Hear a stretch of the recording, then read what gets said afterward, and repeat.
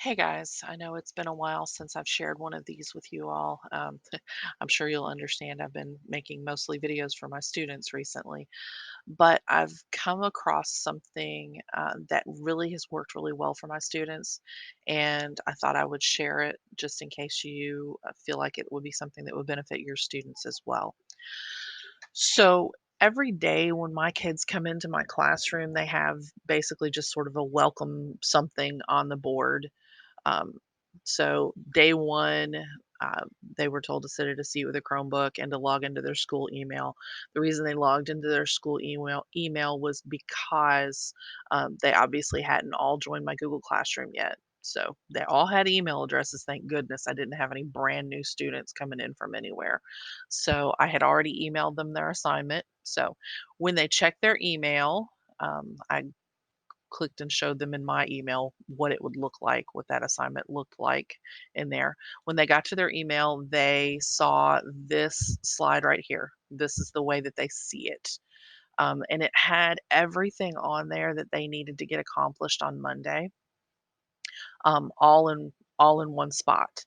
So my kids who were with me in the classroom, I kind of walked them through all of this and told them, hey, join my Google Classroom. Here's the codes, set up your Delta Math account. Now, this is actually a video explaining how to set up your Delta Math account based on whether it's a new account or it's an old account, and then the code number that they were going to need with it. I explained that to my kiddos that were with me.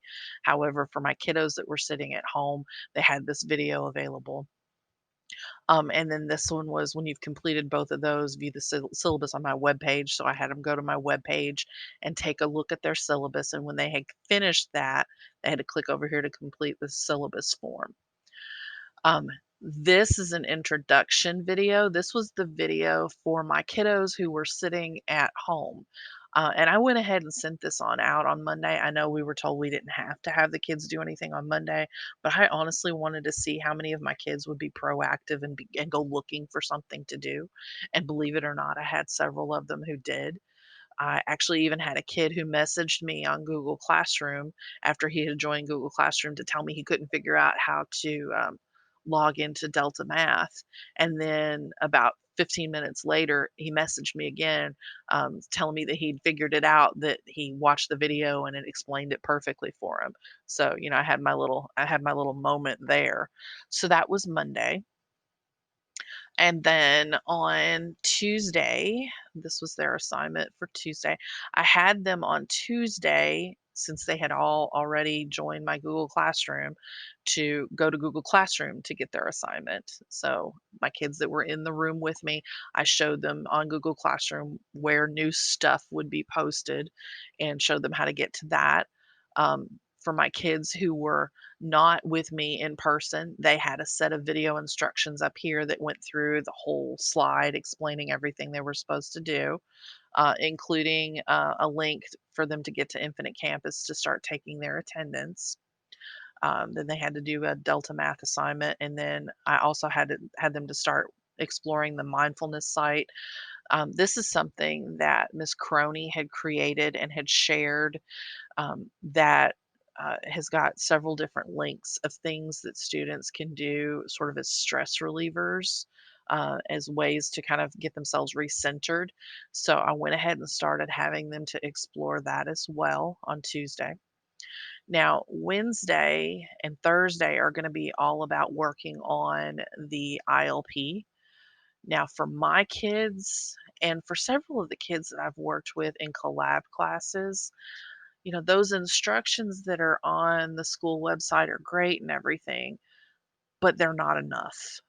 For a lot of these kids, they see this checklist of things that they're supposed to do, and it just looks like a whole lot of words on a page. And, it can be so overwhelming that what I've done for my kiddos is I've broken it down into smaller chunks. So the chunk that they're going to do on Wednesday is actually the interest assessment and choosing their top 3 careers. So they've got the link right here, to click on to go to the interest assessment, And then the next page here is actually a place for them to type that information about their top 3 careers. Now, I have not asked them to put any of this stuff into their website yet. That's another thing. Because the websites are not all working properly or not all accessible for our students, I did not want to turn them off to the ILP process at this point. So, we'll work on getting stuff put into the ILP later on, but for now, they're just doing the work. And again, here's a set of instructions for them to follow. Uh, when it comes to them doing this particular assignment, I'm probably going to show even the kids in my classroom this set of instructions, but the kids who are working from home will have this available to them as well. Then on Thursday, they're going to be working on setting their SMART goals. Again, same idea. Log into Infinite Campus, click on the link and make a copy of the SMART goals template.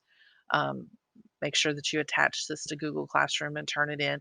So that's going to be introducing the process of attaching something to Google Classroom and turning it in. So I'm doing things other than just having the ILP, but we're doing it with the ILP. And then they've got their video instructions down here. This is linked to my YouTube channel for them to watch. So again, regardless of whether they're wherever they're learning from, they're going to have access to this. One other kind of cool thing that I've done for them, this is the Thursday assignment. This is actually what they'll come into the room, what will be on the board when they come into the room on Thursday. So they're going to log into their Chromebook and begin working on their assignment. We've already started talking about where they can go to find their assignments. Now, Google Classroom can be kind of busy once you've had several assignments that you've posted, and there's a lot of stuff there. Typically, the new stuff posts on top of the old stuff. But again, we're talking about kids who can sometimes be overwhelmed by things. So I'm also teaching them to go to my website to do things as well. So they can go, we're going to talk about this again on Thursday. They can go to the Algebra 1 website to the list of assignments for the week. And here is the assignment that they're supposed to complete on Thursday. And this is linked back to Google Classroom, but check this out. The only thing that pops up when I click on the link is that one assignment. There's no there's no having to hunt for it. There's no, "Now what tab was I supposed to look at?" None of that. The only thing that they get is just the assignment, and then they can go from there.